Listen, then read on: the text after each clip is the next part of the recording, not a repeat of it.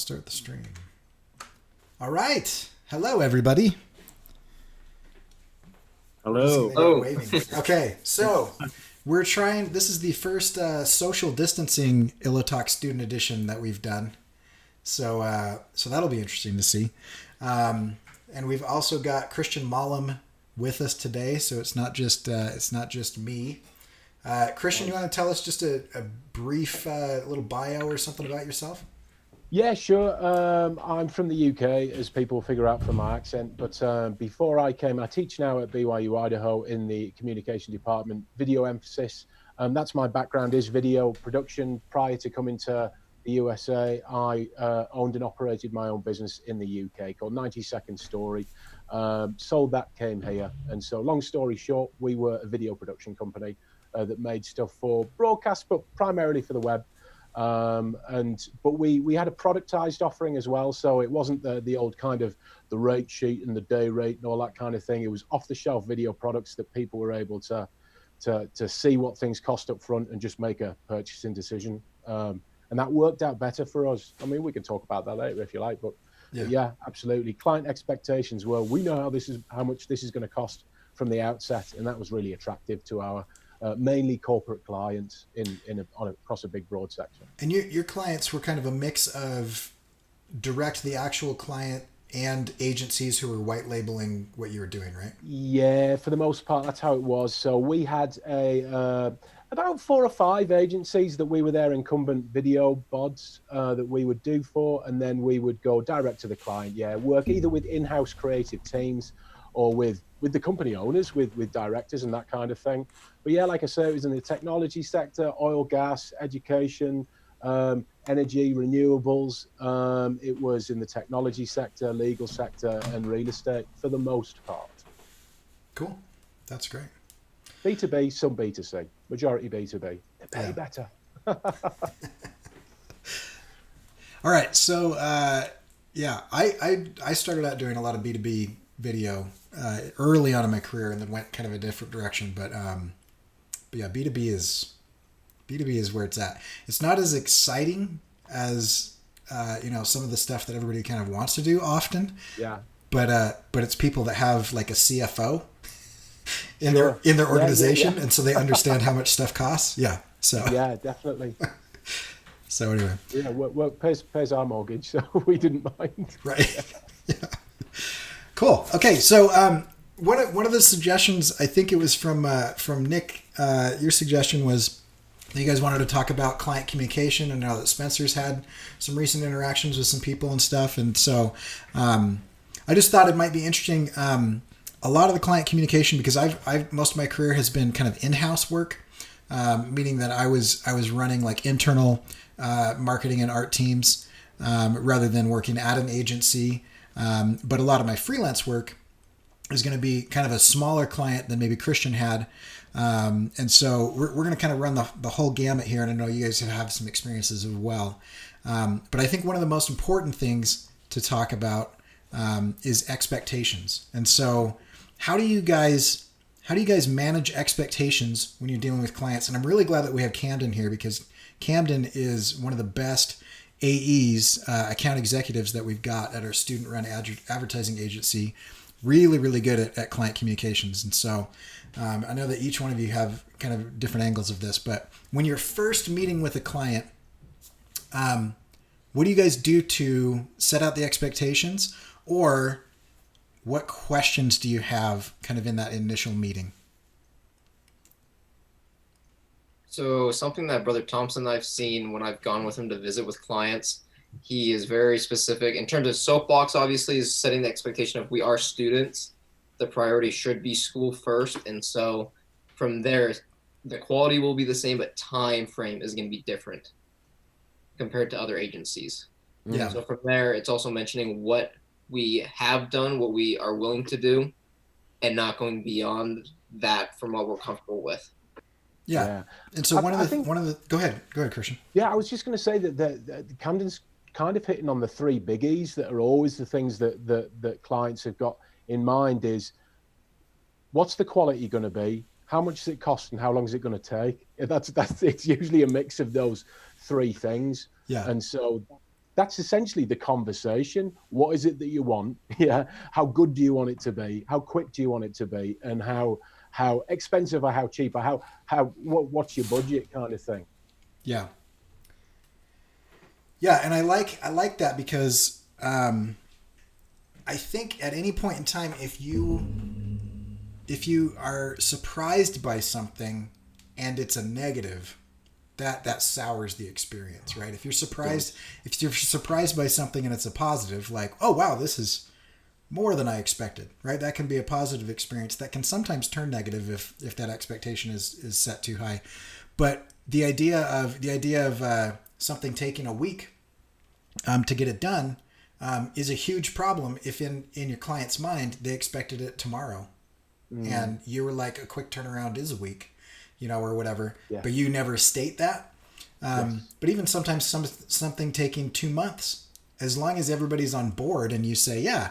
So because of the schedule that I've got going on right now, I can fit you in, this thing here. The process kind of goes like this, so you can expect some turnaround about this time. Uh-huh. Then everybody's fine, right? As long as you meet those expectations. And so, yeah, so time, quality, and cost, those are really good.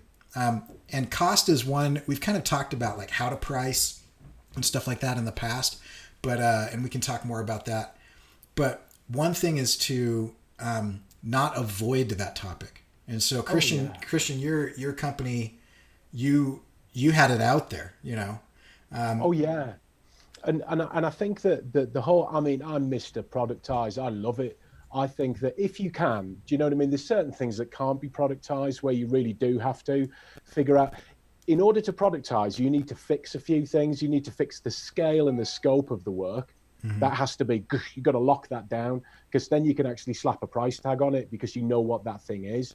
So for my 90-second story, you can guess what we were delivering. It was videos of a fixed duration. And it was videos not only of a fixed duration, it was videos of a fixed duration which could be acquired in one day within a geographical area. So again, it's just narrowing down the options. But ultimately, as much as creatives, we like to think that clients are interested in the process. They couldn't give a tinker's cuss about how we go about it. They don't care what camera you use. That's other creatives. We can have technical chats with other creatives about that. But clients just care about the finished result, the deliverable, and the cost. That's what they're bothered about. There is another thing that they are interested in, and I was interested to hear you saying, Cory, that when you're talking about this initial either souring or sweetening of the relationship, you need to view the connection that you have with clients as this isn't some binary kind of thing. We're human beings. People do business with people. And so it is about experience and it is about relationship. And so one of the things that we wanted to do, the rationale behind productizing was, hey, we knew that, well, how do any of you guys or girls feel when you're in, let's say, Walmart, you look at a product that you like and it's like, oh yeah, I haven't tasted this for ages. How much is it? You're looking around and you can't see a price tag. If we can't see a price tag and we don't know how much something is, I think it's slightly distressing. It's even more distressing. We have to go and find a Walmart associate to say, how much is this? When you always see them when you don't need them. But when it comes to that, I think for media costs, because there's so much choice out there nowadays, I think it can be one of those kind of advantages that you can give your business if you say, this thing, if you know that that's a fixed thing, can cost this much. Don't get me wrong, that was our kind of vanilla ice cream offering, a 90-second video with basic titles and graphics. Music was part of that, the edit, the color grade. The whole thing, finished article, was £2,500, and that was 5 years ago, so I'd have put it up by now. Yeah. And that's what we call kind of an off the shelf thing, and that's where your Walmart analogy comes in. But you wouldn't expect to walk into Walmart and have them build you something. No, I wouldn't expect them to kind of design my cereal for me. That's not the thing. But there's still plenty of scope within that fixed scale and scope. There's still plenty of kind of play for them to communicate, either to make a promo, to do a how-to, to do event coverage. There's still lots of things, case studies. There's all sorts of different versions of a 90-second video that you can have. Again, that was our vanilla ice cream offering. And if they wanted to put sprinkles on it or add marshmallows to kind of build on this food analogy, that would be like motion graphics that they could pay extra for.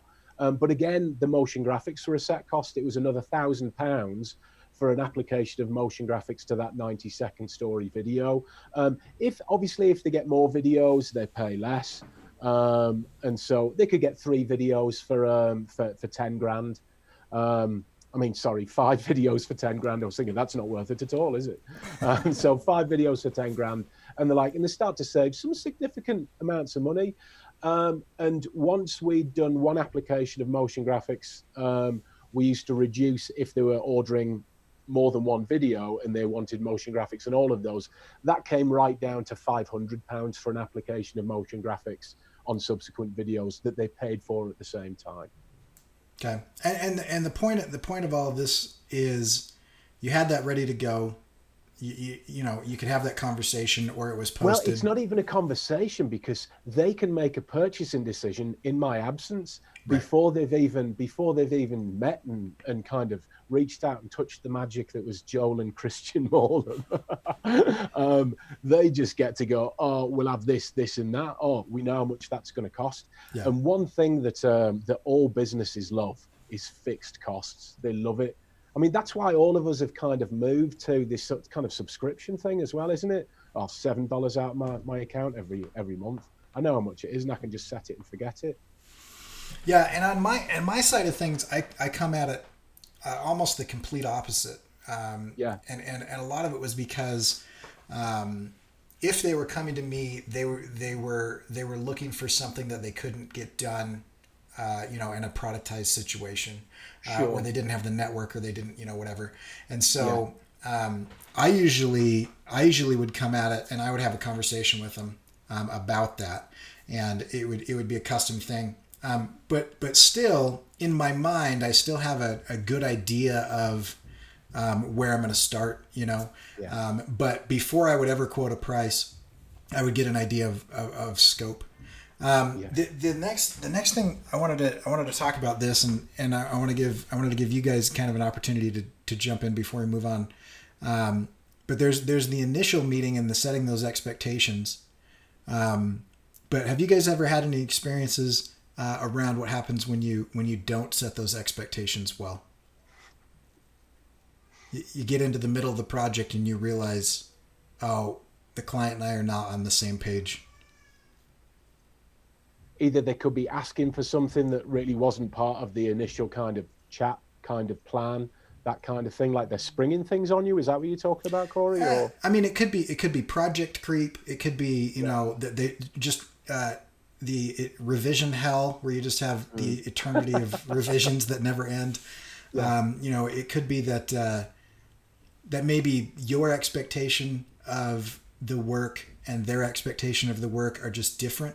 And so, you said, oh, I'll do this for $500, thinking that you could kind of knock it out of the park in 2 days. And then it ends up taking you 3 weeks. And now you're making, less than you would if you were working at McDonald's. Like any of those type of situations. Have you guys had any of those things where you just realize there are differences of expectations? Yeah, Caden? Yeah, I've had somewhat of an experience with that, where we didn't have we weren't on the same page, and his expectations were different from mine.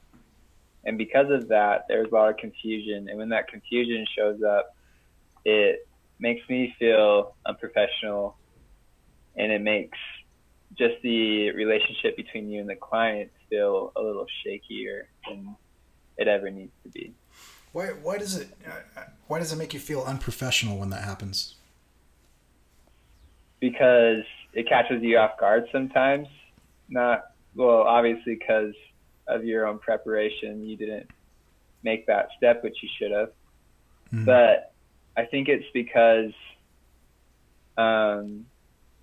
it just causes confusion with me, and it just makes me look bad, I guess.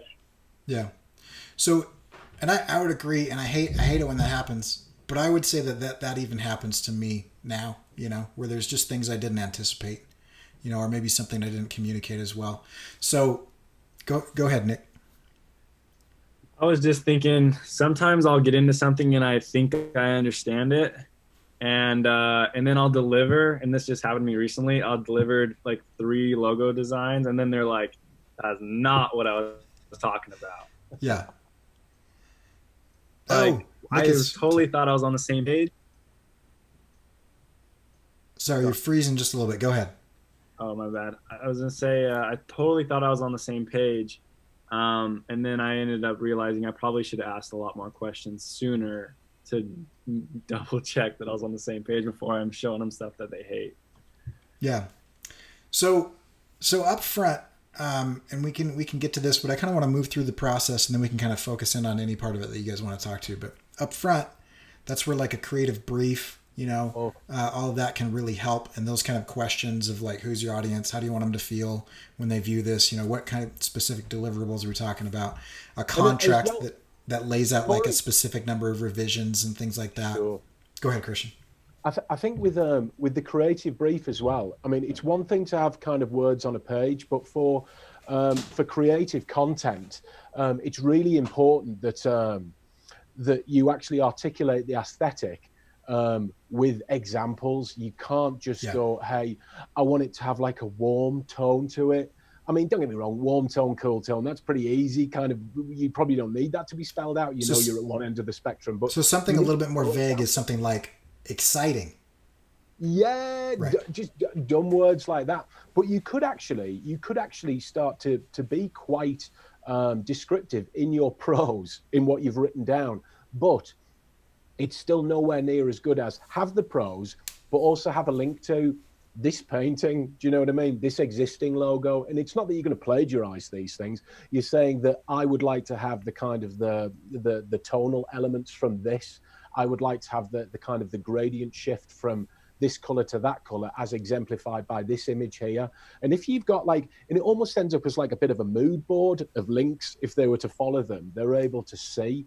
And so that really pins down your creative intent, but also their creative aspirations as to what they want to have for their business. And ultimately that's what you're trying to deliver, what they want. Yeah. And so that stylistically for me is always really important, I think, for them to have. Yeah, I agree. They've got something concrete then to. Yeah, especially with anything visual. Visual, you got to have that. I had an experience one time where I get a couple clients a year based off of people that have horrible experience with Fiverr and then want to actually pay somebody who knows what they're doing to do it. And but this is one of those experiences. They actually went to Fiverr and this guy did a full-on oil painting for them, and then showed it to him and they loved it. And then he realized, oh, I'm just going to keep it. This is mine. I'm not going to do this.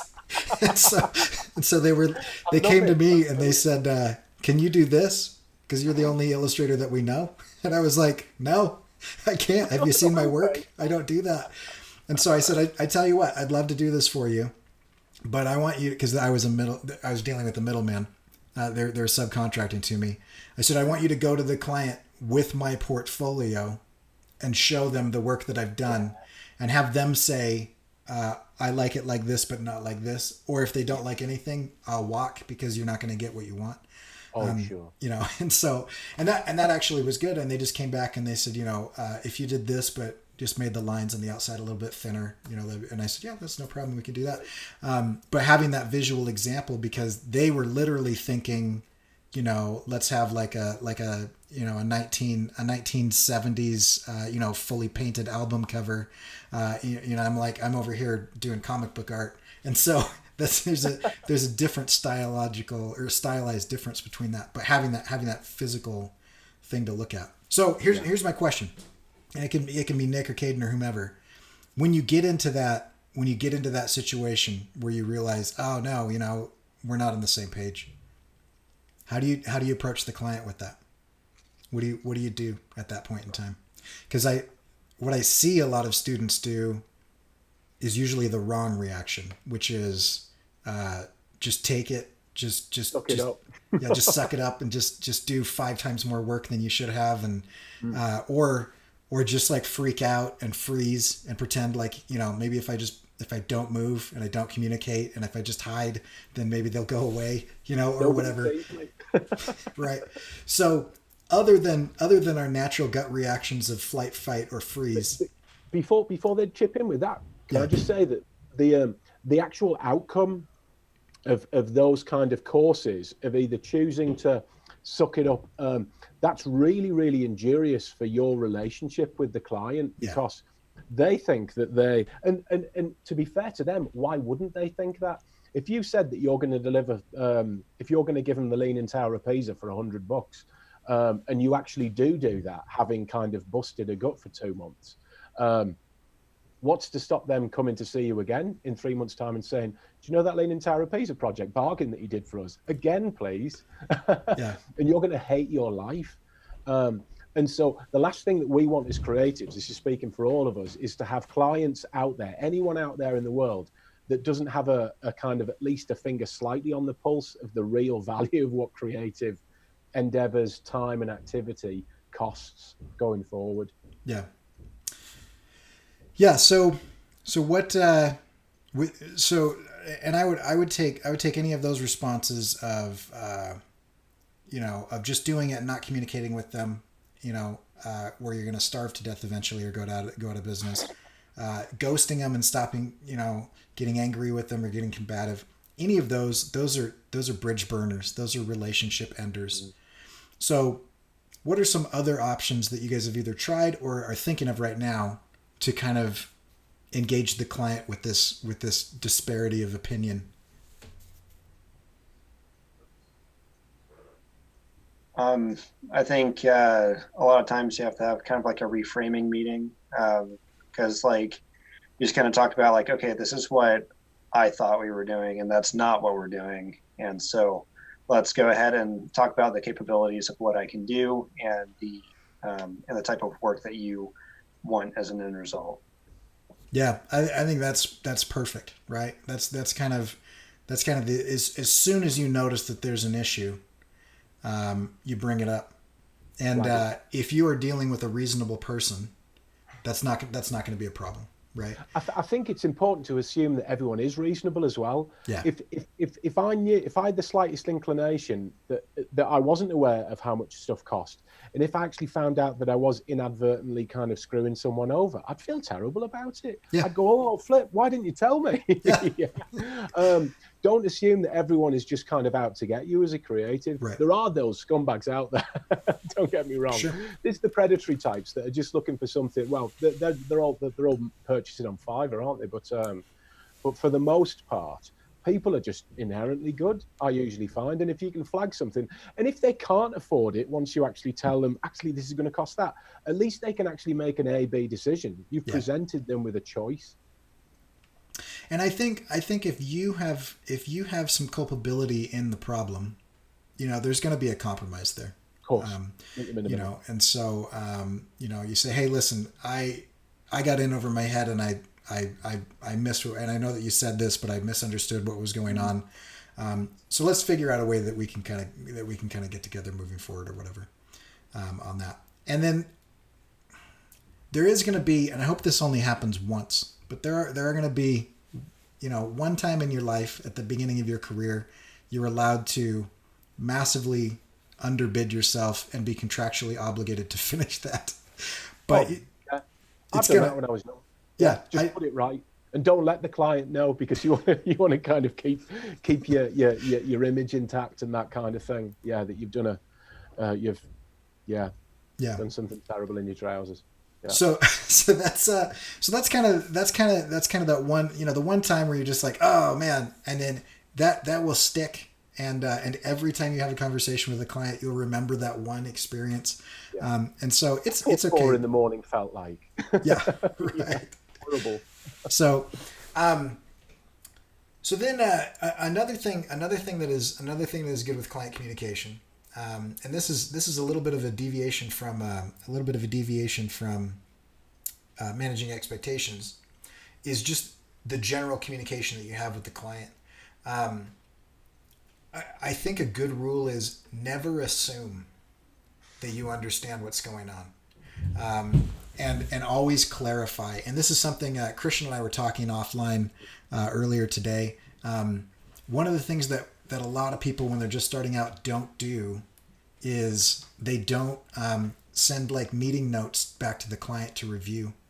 And I know Camden does this, and it's one of those things that is super important because of two things. One, the emotion, the feeling, your assumptions, your whatever of that conversation are different than the actual conversation itself. And so if you go in and you say, oh, that felt great, I loved it, we had a good conversation because it felt good, we must both understand each other, and then you leave, right? Well, your memory is super fallible. Your memory is I mean, human memory is just a joke. It can be manipulated. It can change. If you want to mess with one of your siblings, just tell them a story often enough that's a total lie about their childhood, and eventually they will invent that memory in their mind, and they will think that they had it. Composite memory. Right. Yeah. And so you don't want to rely on the memory of a conversation. You want to say at the end of that conversation, hey, this is fantastic. Just so that I'm clear, you're expecting X, Y, and Z of me. I need A, B, and C from you. And I'm going to send you my notes from this meeting. If you would just take a minute and just review those, and then if anything stands out to you as weird or not what you understood or that needs clarification, shoot me back an email real quick just with that, just so that we know we're on the same page. Because there's two things that are going to happen. The first thing is your memory of that conversation is going to be different. Okay. The second thing is that time changes things. And so I know we've all had this experience where you're talking to somebody and everybody agrees and is on the right page. And then 2-3 days go by and they're like, I know we talked about this, but now I want something completely different. I have completely changed my mind, or I totally disagree with what I said on Tuesday, or whatever. I thought about it. Maybe they talked to their spouse or their dog, or they just had a shower moment or whatever. But time away from that conversation will change how people feel about it as they think about it more.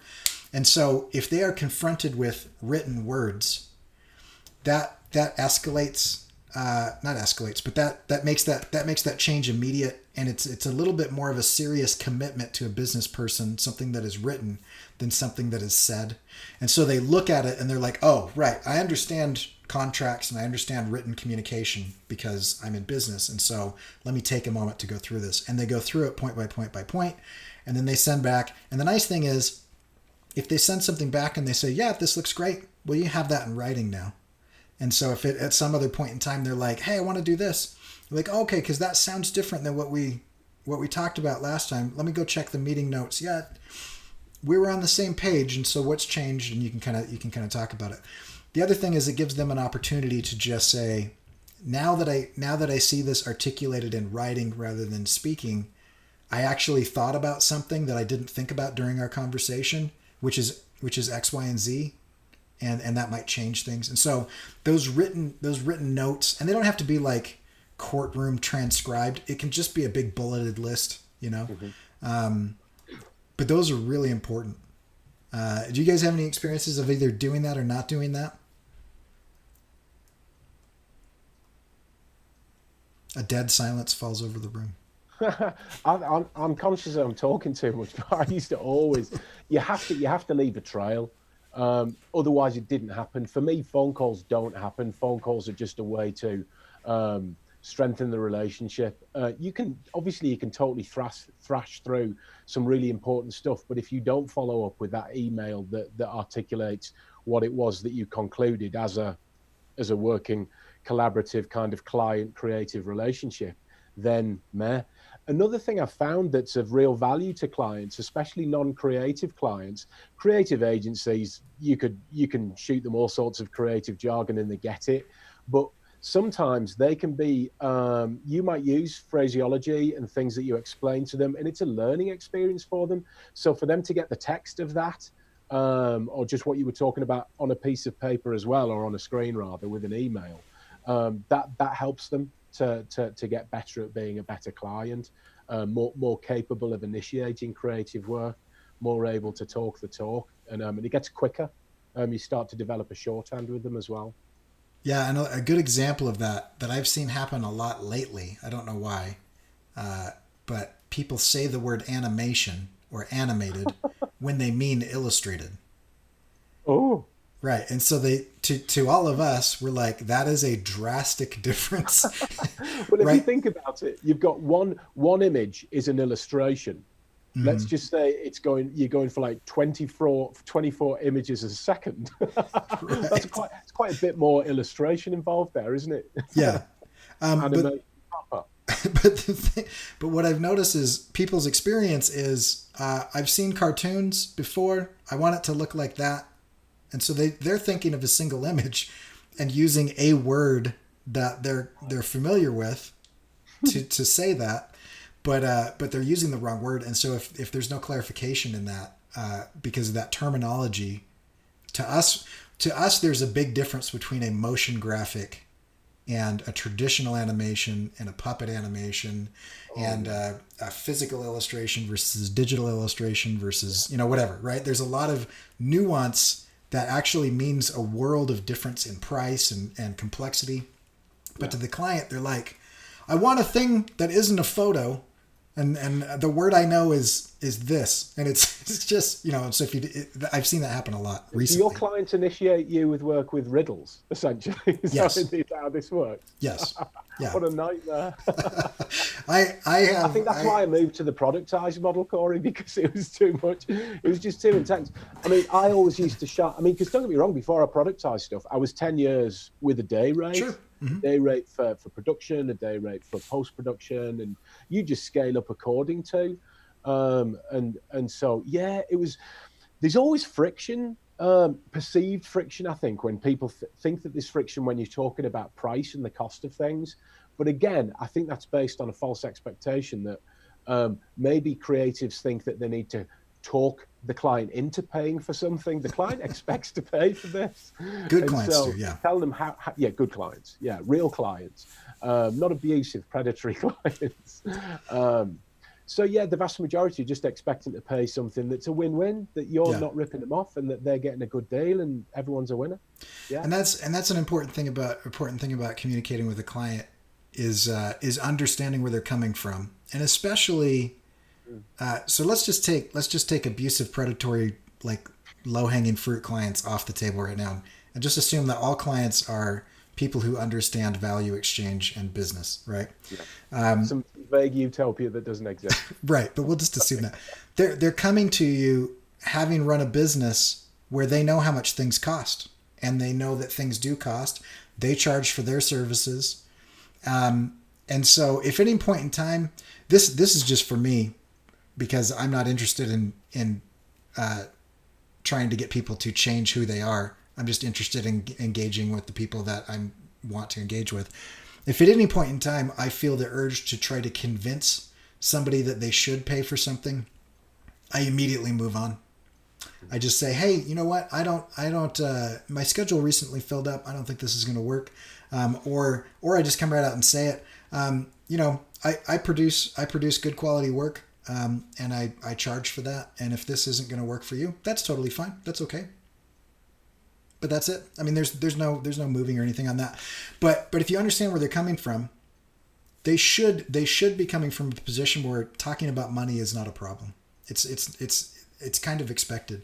And so when I do that with a client, because I don't like the productized situation, because not because it's bad, but because my freelance work is something that I do because I enjoy it, not because I need the money. And so if I go 8 months without a client, it doesn't matter. And so I can turn tons of people away. If I was running a business, I would have a productized offering. But since I'm not, I like the custom stuff. I like trying to figure out that custom thing. And so what I do is I just talk about it right away. And I just tell them, hey, we can come at the price from two angles. I can talk to you for a while, try to figure out what you need, give you a range, or you can tell me how much you've got budgeted for this, and we can scale the project accordingly.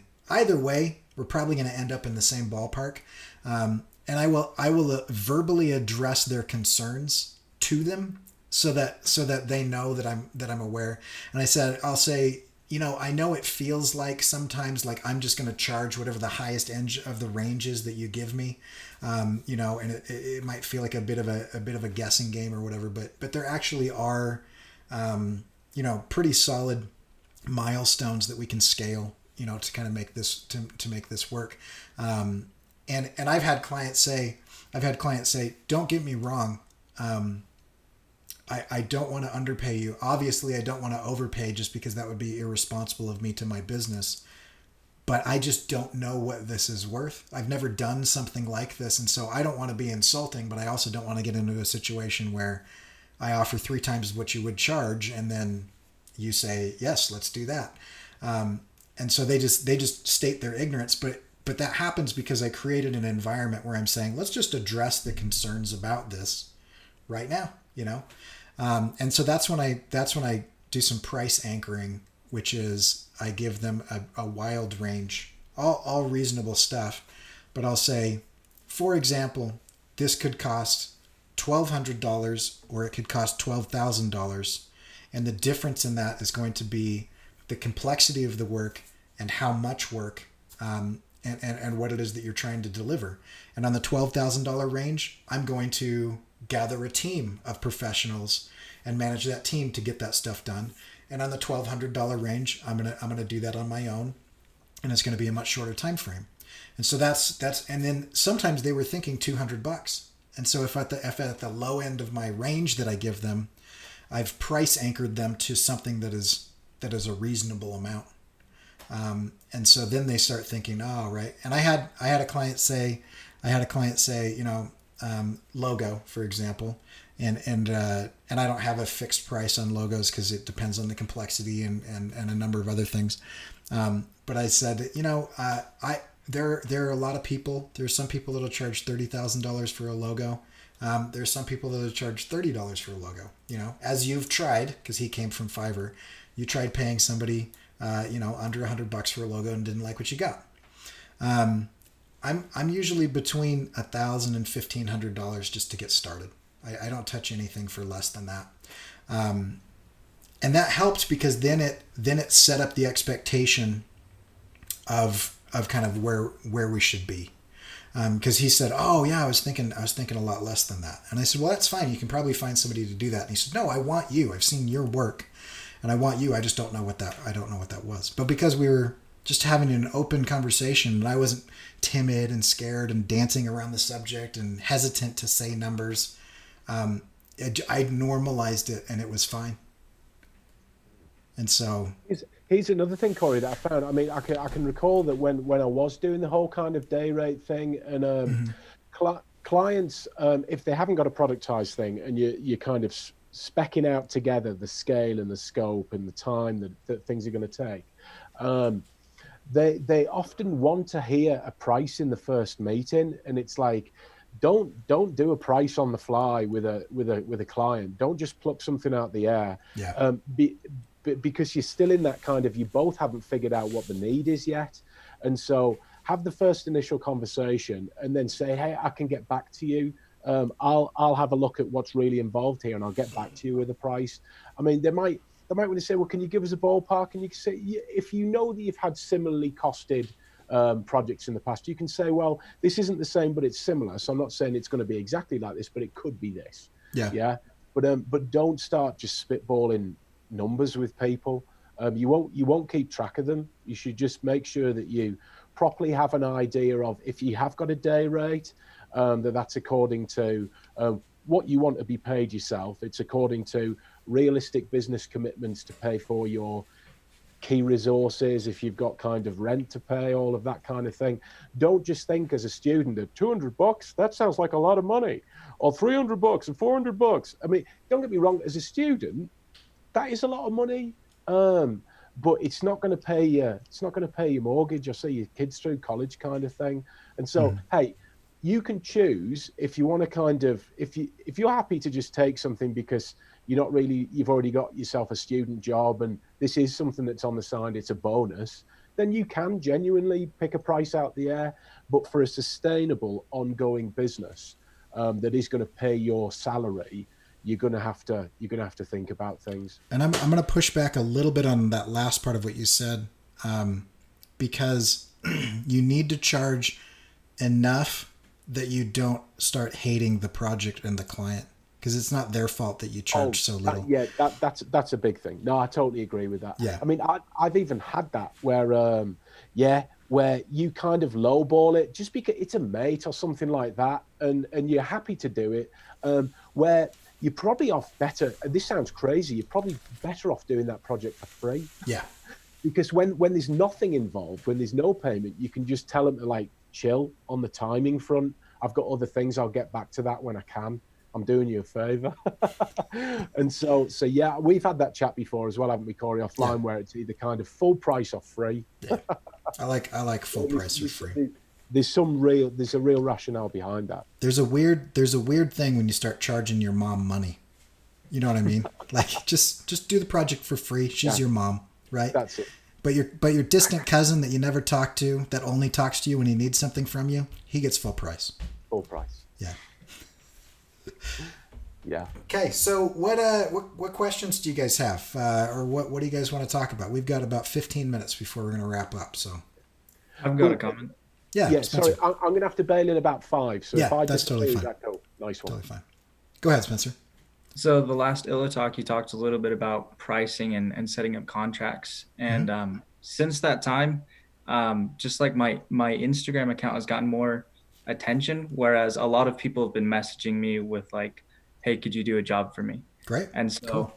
I've never really experienced that before this, or since the last illo talk. And so a lot of what I've been doing has been based off of what I've heard from you, Cory, or you, Christian, and also just asking people as well in the community.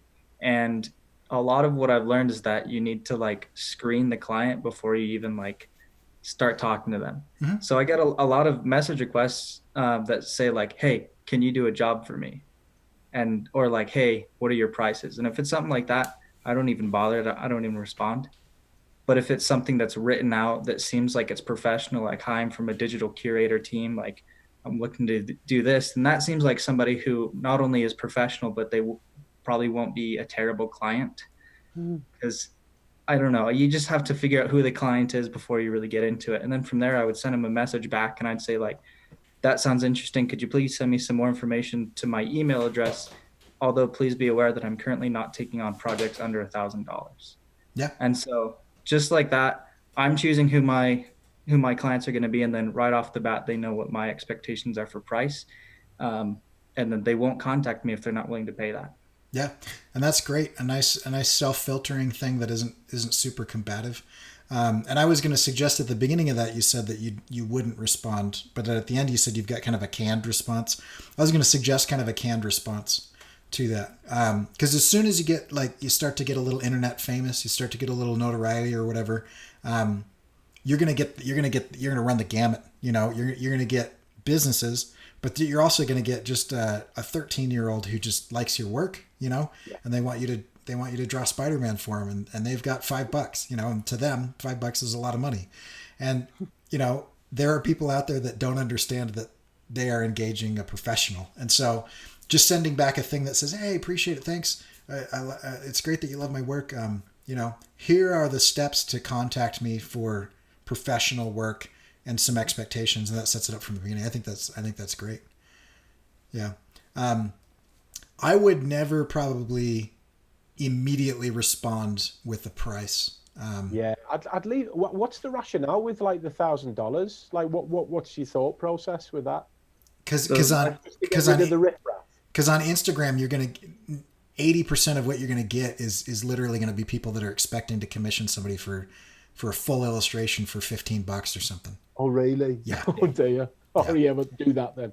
Yeah, because it's on that platform or on like DeviantArt or something like that.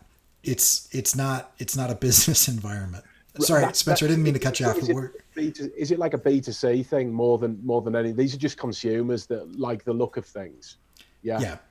So B2B, if it's for businesses, they've already got the kind of the communication infrastructure in place. Yeah, I would say if Spencer's LinkedIn blew up and started to have a bunch of, that would be a different conversation. Different animal. Yeah. Talking telephone numbers there. Very nice. Yeah, and it's similar to what Cory was saying, that the freelance is done because it's something that I like to do and I don't necessarily need the money, right? I'm working for an agency. I've got another job as well. If I am going to do this, I want to make sure that it's a deal for me and not just I'm scraping for money. Yeah. Cool. Yeah, that's great. I like the way that you're doing that. I think that's good. And I also like directing them off of the platform to like a more professional form of communication. Sure. Let's have a phone call. Let's email. Here's a contact form that I've got on my website that has some questions for you to fill out, or that type of thing. I mean, before I bail, Cory, sorry. One of the things that's super useful, I think, for all creatives to have. I mean, we talk about contracts, we talk about expectations, just terms and conditions, and that is something that once you've actually got them, a set of terms and conditions that a lawyer has looked over, that we haven't just kind of purloined off the internet or whatever, that are actually legit and binding. There's some really formal expectations, and so we would send. It was on one side of letter paper. That's how much our terms, T's and C's were for 90-second story, and they were legally binding. And in order to initiate the work, they would agree to our terms and conditions and pay 50% of whatever was the value of the project up front. Yeah. And so that as soon as you start talking terms and conditions, contracts and money, people suddenly, they're no longer in the kind of let's talk about this over coffee mode. It's like, oh, business time. Right. And so the expectation just goes whoop, right up like this, and it's suddenly, and don't get me wrong, I mean, you can still be friendly. I mean, you have to walk around as a creative in a suit, making these deals and arrangements with people. You can still be a human being and affable and approachable and warm, and it is a relationship. And the language that you use doesn't have to be overly formal either. I like that you're saying that, because as soon as you start to sound like you're playing house, like if you've ever heard like a little kid pretends to be an adult, it just sounds weird. It's kind of a red flag that makes people nervous. Yeah. So why have you started talking like that? Yeah. Like what has changed? Am I talking to your representative all of a sudden? So you can just be normal. But I do kind of along the same things. I just say, hey, here's my kind of boilerplate contract. We can adjust this as needed. It sounds fairly legal, but let me know if there's anything that you want to go over, or talk about, or you need explained, or you want to know what I mean by it, or whatever. Because I'll just tell you kind of what the intention is. And usually I have people say, what is a revision? Or oh, you need money up front. And I said, yeah, I always take money before I get started. That type of thing. And they usually don't have a problem with it. They just have a clarification on it. Mm-hmm. Absolutely. But yeah. Okay, you got a bail? Yeah, I got a bail. Thanks very much for having me. Very cool to chat to you all. Yeah. Nice one. You're welcome back anytime. Yeah. Brilliant. Cheers, mate. See ya. Bye-bye. Okay, any other questions or comments before we wrap up? I was gonna do some kind of role playing, but I think we're kind of running out of time. Maybe we'll leave that for another episode. I've got a question. Yeah. So I've never really been involved with like the business side in the agency that we're involved with. But what happens if we don't meet a deadline? Like with a client? Yeah. Like legally? Sure. Or just in general? I'm just in trying general. In general, let's say, the video team, we don't complete an edit in time and we deliver something like 3 days late. Okay, so generally speaking, what you're doing is you've blown that relationship. It might not be completely blown, because it really depends on how you handle that. But if you say that something is going to happen and then that doesn't happen, then the client will start to distrust the things that you say. And that's at the very least. Now, if there is something that happens where you're not going to meet the deadline and you're able to communicate that, usually before, with enough time for them to react, that's usually not a big deal. If you do that often, then it is a big deal. But like every once in a while, I'll give you an example. I used to make a lot of magazine advertisements for specific trade magazines, and they'd be due on a Tuesday or something. I'd call the publisher up, and I did this more often than I should have, but I called him up. Hey man, I'm slammed. I can get you something in a couple hours, but I can get you something good if I have a little bit more time. What's the actual deadline on this? And they'd say, if you get it to me by Thursday, it's fine. Right. And so some deadlines are actually negotiable, and you'll find that the client might not care. You put it in the contract so that everybody understands what's going on, and you call them up and you say, hey, I know in the contract we said we'd get this to you on Tuesday, and you're asking them, you're not telling them. We ran into these issues. Is it okay if I get this to you by Thursday? And if they say, no, I really need it on Tuesday, then you move heaven and earth to get it done. If they're like, oh yeah, I don't care, I just needed it this week, it's fine. Then that's okay. Legally, you technically are in breach of contract at that point in time. And so that can trigger some issues. If you're contractually obligated to get something by a specific time, the contract isn't just to protect you, it's also to protect the client. And so there's some of that can come. Worst case scenario, they don't pay you and they sue you for the money that they've already given you, because you're in breach of contract, and it ends the relationship. The most likely worst case scenario is that they get mad and they tell everybody that they know not to work with you and they never hire you again. And in between the range of like, they don't care as long as it's infrequent, like a one-off, versus they get kind of frustrated. That's usually kind of where the clients are at. And most people understand, that things are malleable and they move around a little bit. And I'm talking about milestones in the middle of a project. Blowing the end deadline, that's a significantly bigger deal.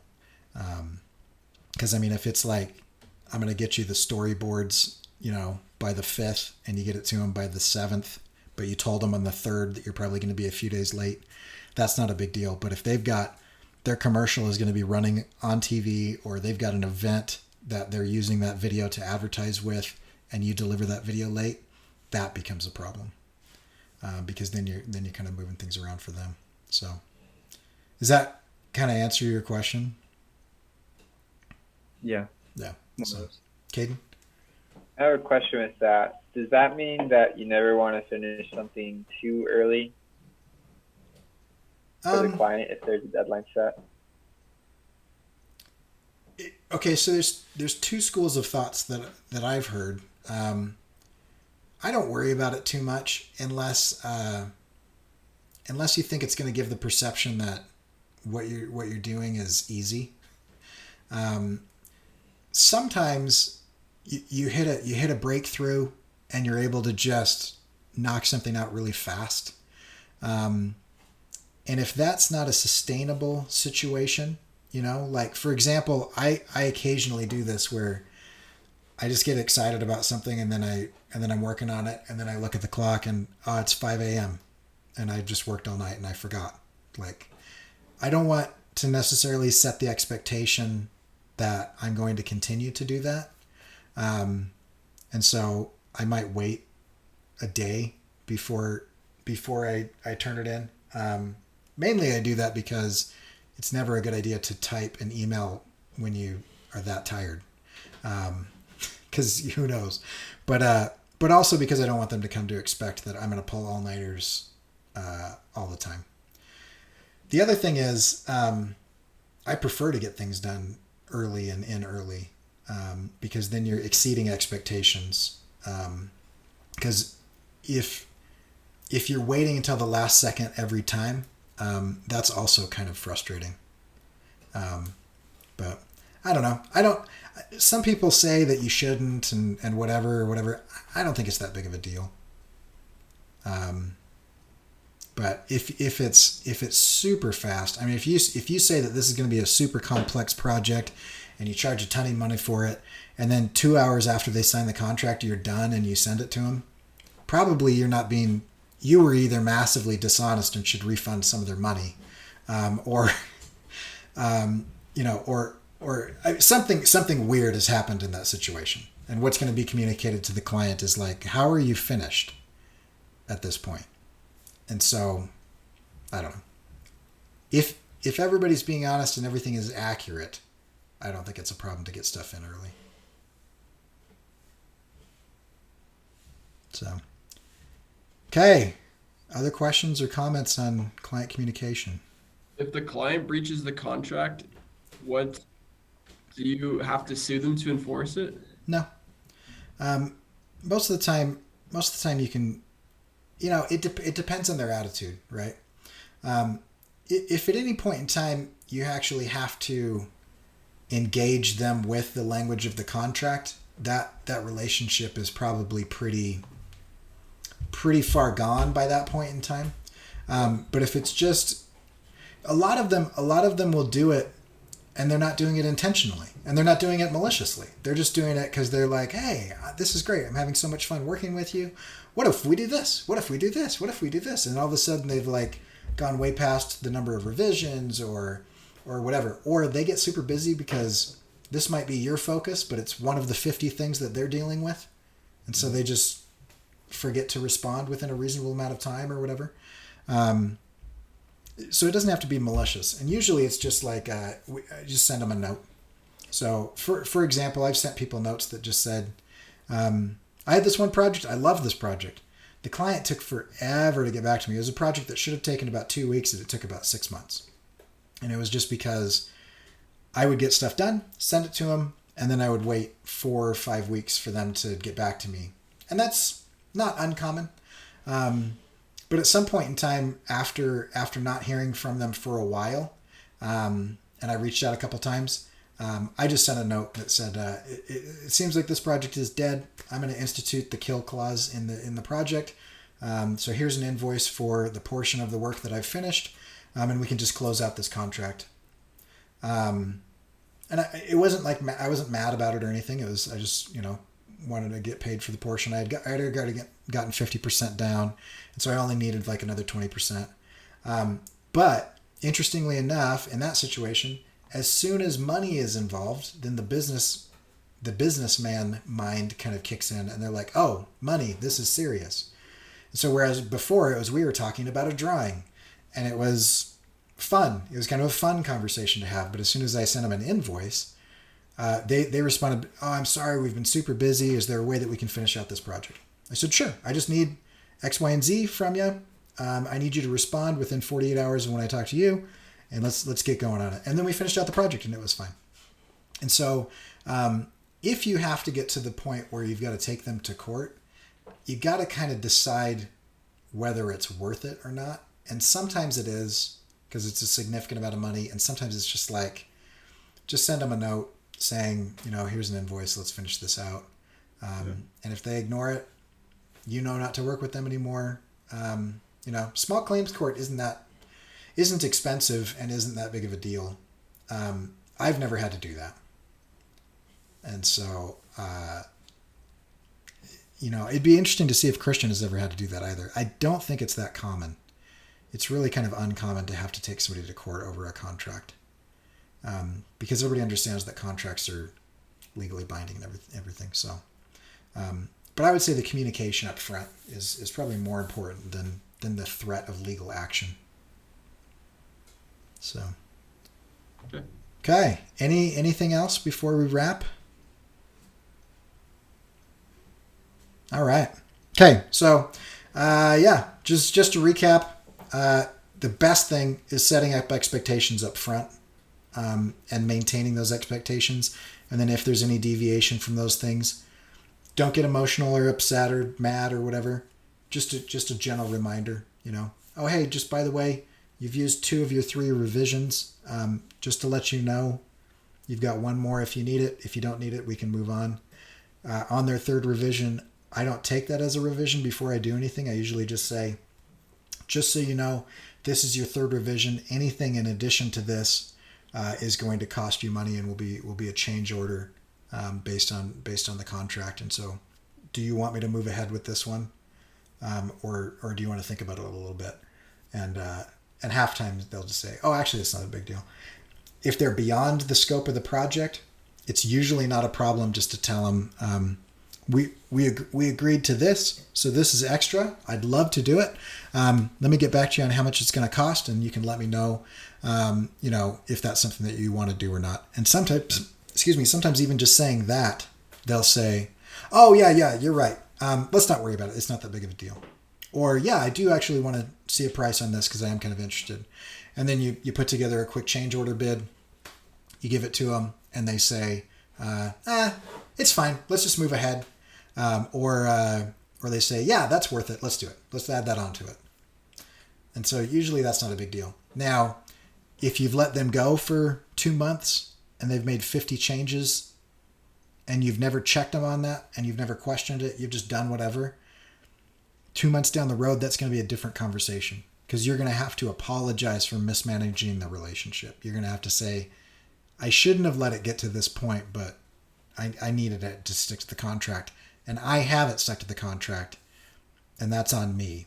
But, from here on out, we got to get on the same page and kind of finish this out. So it's just like if you get it right at the start or right as soon as there's a potential issue, it's much better. And usually people are fine with that. So